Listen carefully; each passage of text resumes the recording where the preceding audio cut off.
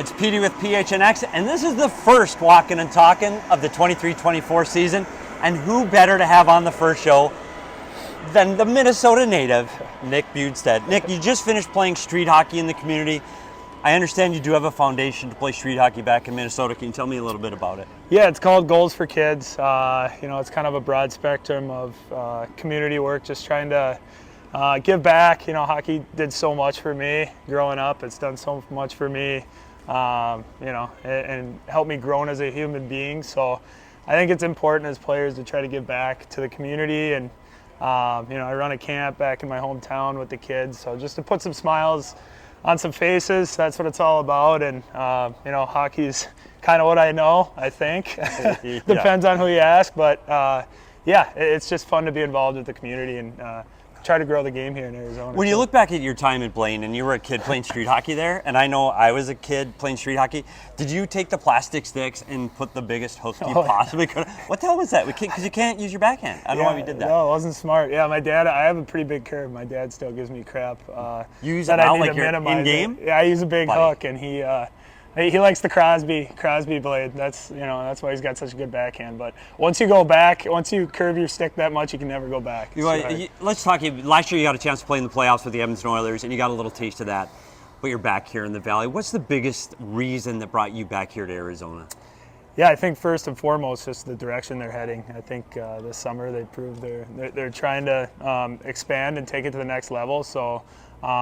I'd love to be a part of that when I was thinking about my decision, and talked to Bear a little bit, and Bear was a big reason, and a big reason why I kind of redeveloped, I guess, my game. I didn't really know what was going to happen, signing with the Coyotes, and where my game was at. I had a few slow years, so he helped me develop into into the player I kind of wanted to get back to, and I really appreciated that. So I also think I can continue to develop under his coaching style and coaching staff. So that those two reasons, growing as a team and growing as an individual, I think are the main reasons. So Bear gets locked up for a few extra years. Does that give you some excitement about what can happen here in the future of Arizona? Yeah, I think a little certainty for sure for everybody. That's always nice. And there's not a player in the room that doesn't enjoy having Bear as their coach, and he's hard on us at times, and he's personable at times. So he's got a little bit of everything as a coach, and I think that's kind of what I look for. You want to come to work every day, learning, growing, and sometimes you got to get a little kick in the butt too. Well, you talk about players, and a couple of players you've had some connections with that are coming in. Yep. You got Zucker coming in, and you've got Matt Dumba coming in. One you played with, and one that you know. Both, by the way, with Minnesota connections, just putting it out there. Did you help put a sales pitch on to help get those guys here? Yeah, I talked to Zucks on July 1st. I didn't know what I got a random call from him, and I was like, I wonder what he's calling about. So, I just kind of filled him in on the situation down here and how the staff were and the guys were. So, I don't think I overly sold him. I think he was, excited to come down here in the first place. I think he already had his mind made up. But then I was on Dumps, I'll be honest. And Dumps, I saw him at a wedding, and how you doing, kiddos? Hey, guys. I saw him at a wedding, so me and my wife, I think quotes from him, put the clamps down, which I probably did. I did kind of, I thought it would be a great spot for him, and I think it will be, and, just excited to have those two guys. You see those guys coming in, and Kerfoot's coming in, Durzee's coming in.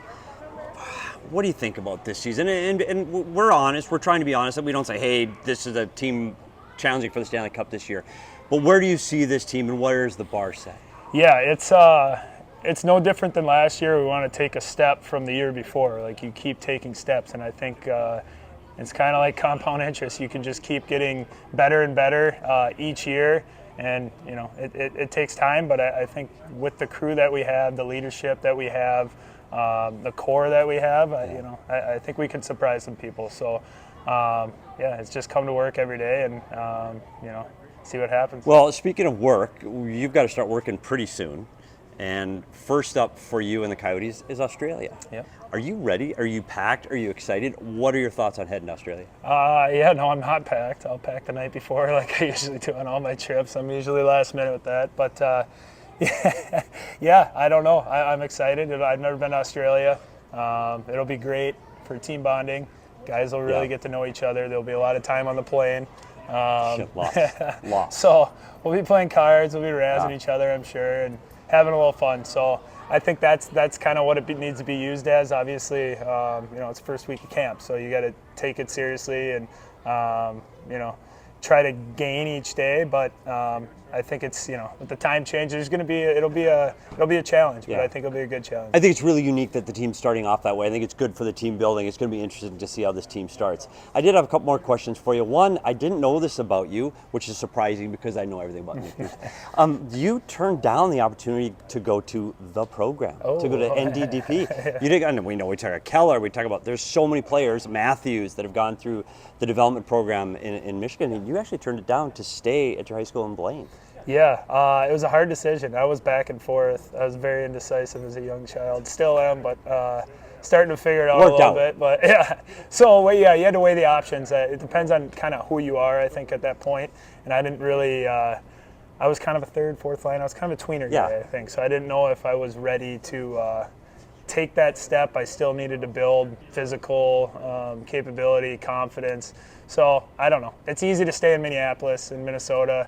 And you guys went to the state tournament, you got the exposure, and you ended up here. If you're a good enough player, they'll find you. That's kind of what my dad preached to me. Yeah. So, But if you didn't become a player, we did a bit on Labor Day where we talked about other people, and they had us guess what would Nick Bjugstad be, and we said a teacher or college professor, then we come to find out that's really true. So do you really think if the hockey thing wouldn't work out, would you be teaching in school in Minnesota somewhere? I think so. I don't know what. Could have been gym, could have been social studies, for sure not math or science. But my Uncle Tim, my mom's brother, was kind of my mentor. Cool. Kind of really looked up to him, and he's an econ teacher, which I had struggled in econ in college, so I would not have been that. But I loved, I wasn't great at school, but I really appreciated the good teachers. Like they were. But you got into the Harvard of Southern Minnesota, the University of Minnesota Golden Gophers.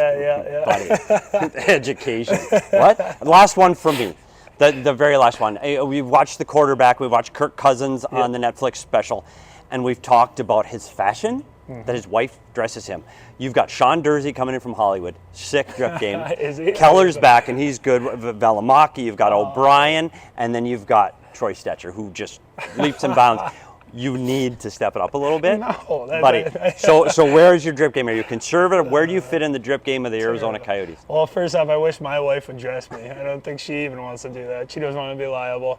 But yeah, I mean, I'm okay with it. I'm kind of like Kirk in the realm that I just don't really care what I'm wearing. As long as I'm presentable for the circumstance, I'll wear whatever. We ask all the hard-hitting questions here at PHNX.